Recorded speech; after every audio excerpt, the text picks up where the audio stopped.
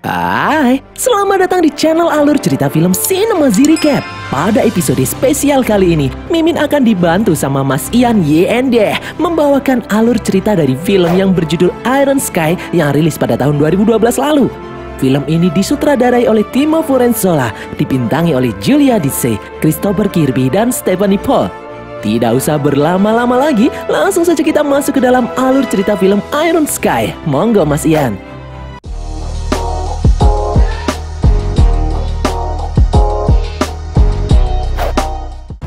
Pada tahun 2018, sebuah pesawat ruang angkasa Amerika bernama Liberty mendarat di permukaan bulan. Begitu mendarat, di badan kapal itu muncul poster kampanye pemilihan presiden AS saat ini. Hal ini dilakukan oleh sang presiden guna mempromosikan kampanye pemilihan untuk periode ketiganya nanti. Pesawat ruang angkasa itu membawa dua astronot bernama Sanders dan James Washington. Selain sebagai bahan kampanye, misi Sanders sebenarnya adalah untuk memeriksa kandungan bahan kimia helium-3 di permukaan bulan. Setelah diperiksa, ternyata benar, bulan memiliki kandungan helium-3 yang sangat melimpah. Dia pun melaporkan kembali keberadaan helium-3 ke markas yang ada di bumi. Dia kemudian berjalan sedikit jauh dari pesawat mereka, dan tiba-tiba kehilangan koneksi dengan markas di bumi. Sanders sangat terkejut ketika ia menemukan tambang helium-3 rahasia dengan ribuan orang yang sedang bekerja di sana. Sementara James masih berada di dekat pesawat ruang angkasa melihat Sanders yang ada di kejauhan. Sanders lalu berbalik memanggil James untuk memeriksa tambang. Namun tiba-tiba muncul seseorang yang memakai seragam Nazi menyelinap di belakangnya dan menembaknya hingga tewas. James yang terkejut mencoba kabur, tetapi orang itu keburu meledakkan pesawat ruang angkasanya. Alhasil, James pun tak bisa lagi kembali ke bumi. James kemudian dikepung oleh orang-orang yang memakai seragam Nazi. Ia dibawa ke suatu tempat melewati pabrik raksasa pertambangan helium-3 di bulan. James dibawa masuk ke dalam pangkalan perang Nazi yang berbentuk swastika. Di tempat lain, di dalam pangkalan Nazi, seorang guru bahasa Jerman bernama Reinhard Richter mengajar sekelompok anak sekolah. Di tempat ini, semua anak-anak yang diajar Reinhard terlahir di bulan dan belum pernah sekalipun menginjakkan kakinya di bumi. Reinhard mengajari anak-anak itu berbicara dalam bahasa Sunda, mengeklaim bahwa bahasa Sunda Empire akan membantu mereka ketika mereka kembali ke bumi untuk membawa perdamaian bagi seluruh umat manusia. Reinhard menjelaskan bahwa dulu ketika Nazi dikalahkan di akhir Perang Dunia Kedua, beberapa dari mereka melarikan diri ke bulan untuk menyelamatkan diri. Mereka telah menciptakan sebuah koloni dan tinggal di permukaan bulan selama beberapa generasi dan tidak ada satupun manusia di bumi yang mengetahuinya. Di tempat lain, tentara Nazi membawa astronot James ke komandan Nazi yaitu Klaus Adler di markas mereka. Adler menghadirkan James di hadapan pemimpin mereka yaitu Wolfgang yang ditunjuk sebagai Führer oleh rakyat di bulan.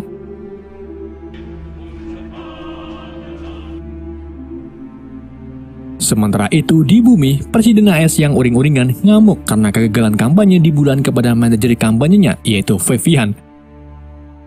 Presiden sengaja memilih James untuk misi itu karena James adalah orang kulit hitam, sehingga James bisa mengumpulkan lebih banyak suara orang kulit hitam pada pemilu mendatang. Presiden menuntut Vivian untuk memikirkan ide kampanye baru karena pemilihan umum akan segera berlangsung. Kita kembali ke bulan. Adler menjemput Reinhard untuk datang dan berbicara dengan James dalam bahasa Inggris. Adler adalah kekasih Reinhard dan mereka akan segera menikah. Sementara itu, James berhasil menyerang tentara Jerman dan membebaskan dirinya sendiri dari kepungan. Tetapi James terjebak di pangkalan karena dia tidak tahu jalan keluar. James tak sengaja menimpa Adler dan bertemu dengan Reinhard di dalam lorong. Sebelum Reinhard berkata apa-apa, James menarik tuas pintu. Dia pikir pintu itu adalah pintu keluar. Dan benar saja, saat pintu dibuka, pintu itu adalah pintu menuju ruang hampa udara. James dan Reinhard pun akhirnya tersedot oleh tekanan udara. Dengan susah payah, James berhasil kembali masuk ke dalam dan menutup pintu ruang hampa udara dengan cepat. Beberapa saat kemudian, Adler muncul dan membandingi James dengan sangat marah karena melihat baju Reinhard yang amburadul.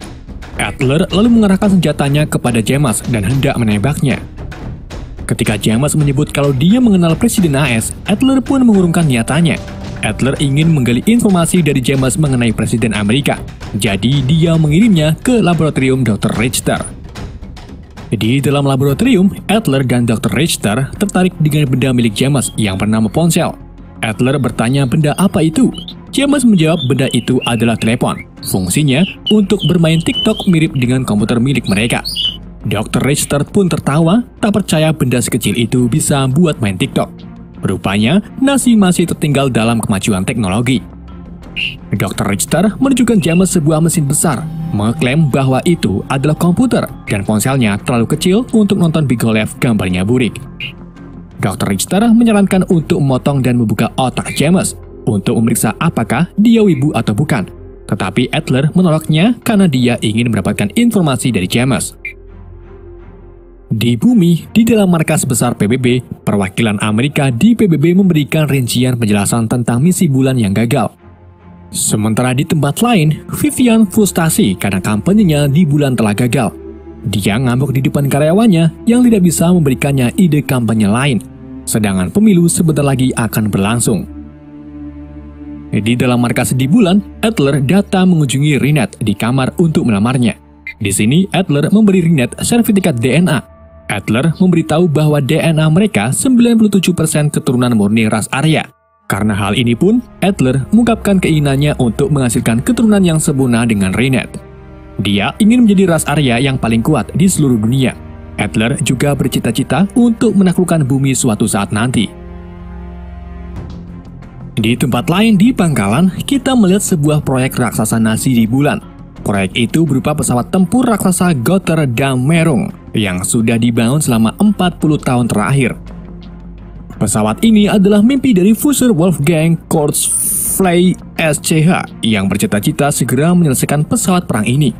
Mereka berencana menggunakan kapal perang ini untuk kembali ke bumi dan menaklukkannya.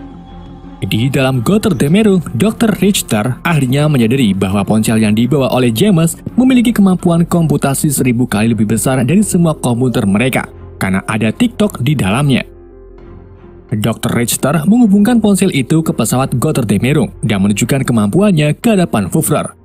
Semua orang terkejut dan terkesan ketika ponsel kecil bisa menyalakan pesawat raksasa hanya karena TikTok. Namun, beberapa saat kemudian, pesawat langsung mati karena baterai ponselnya habis. Adler pun meminta izin kepada Führer untuk pergi ke bumi dan mengambil lebih banyak ponsel seperti itu. Adler yakin kalau suatu hari nanti bumi akan menyerang mereka, dan mereka akan membutuhkan kekuatan ponsel TikTok di pihak mereka. Führer menjawab kalau tidak ada yang pernah kembali jika orang itu pergi ke bumi. Tetapi Adler bersikeras kalau dia akan tetap melakukannya. Di tempat lain, kita melihat James sedang diikat di ruangan dengan speaker dimainkan lagu Tarling untuk menyiksanya. Rinette lalu menyelinap masuk dan memperkenalkan dirinya kepadanya. Rinette bertanya kenapa kulit James hitam banget karena Rinette belum pernah bertemu orang berkulit gelap sebelumnya.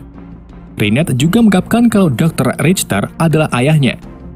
Richter telah menyuntik tubuh James dengan obat untuk membuatnya terlihat seperti ras Arya. Rinette lalu menyarankan James untuk berpura-pura menjadi Nazi, jika tidak James akan dibunuh. Beberapa saat kemudian, Adler terlihat bersiap-siap untuk berangkat ke bumi.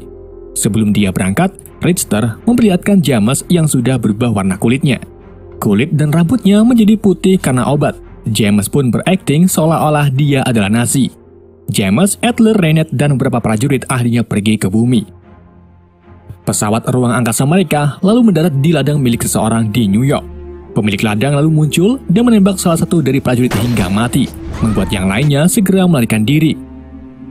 Adler mencuri kendaraan dari beberapa pria dan meminta James untuk membawanya menemui Presiden AS. James membawa mereka menemui manajer kampanye presiden, yaitu Vivian. Adler langsung menculik Vivian dan melempar James keluar dari kendaraan, karena dia sudah tidak berguna baginya. Adler kemudian bertanya kepada Vivian di mana keberadaan Presiden AS. Rinette menyadari bahwa misi Adler sebenarnya adalah untuk menyerang bumi, yang tidak sejalan dengan apa yang diajarkan di sekolah di bulan.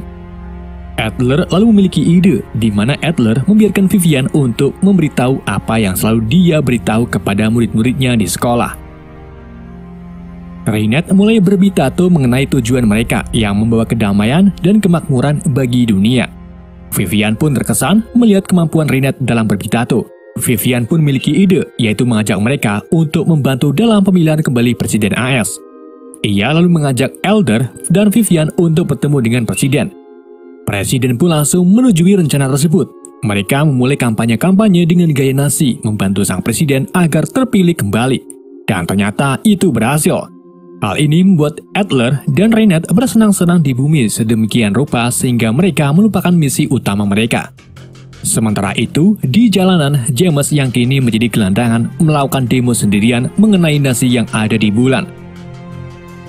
Beberapa hari pun telah berlalu dan kini Reinhardt bekerja menjadi ajudan presiden. Suatu hari, Reinhardt bertemu James di jalanan. Keduanya pun pergi ke teater untuk menonton film kuno Charlie Chaplin mengenai Nazi. Ketika mereka keluar dari bioskop, Reinhardt menyadari bahwa dahulu Nazi ternyata adalah sekumpulan orang-orang yang mengerikan. Di tempat lain, Vivian mulai jatuh cinta kepada Adler yang gagah dan perkasa. Vivian mengajak Adler wik-wik di dalam kantor. Di tempat lain, Vivian mulai jatuh cinta kepada Adler yang gagah dan perkasa. Vivian mengajak Adler wik-wik di dalam kantor. Keduanya pun memasuki kantor.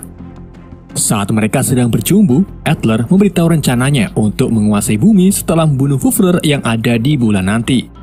Saat Adler mendongak, wow, dia melihat Fufler dan anak buahnya di hadapannya. Fufler datang ke bumi untuk mencari tahu mengapa Adler tidak kunjung kembali ke bulan. Fufler yang mengetahui rencana Adler ingin bunuhnya pun menyandra Vivian. Saat itu juga, Reinhardt menerobos masuk ke dalam kantor dan maki-maki Adler mengenai misinya. Reinhardt berkata kalau dia membenci semua propaganda Nazi. Fufler yang mendengar hal itu memutuskan untuk membunuh mereka semua. Namun tiba-tiba Vivian muncul dengan membawa pistol, kemudian membunuh Fufler dan semua anak buahnya. Kini Adler menyadari bahwa Reinhardt telah berubah pikiran. Dia bukan lagi pengikut Nazi, jadi Adler menyebut Reinhardt adalah pengkhianat Nazi dan pantas dibunuh. Saat akan dibunuh, tiba-tiba James datang dan membantu Reinhardt untuk kabur. Adler mencuri iPad Vivian dan mendeklarasi dirinya sendiri sebagai Fufler yang baru. Dia kemudian terbang menuju markas di bulan dan meninggalkan Vivian sendirian.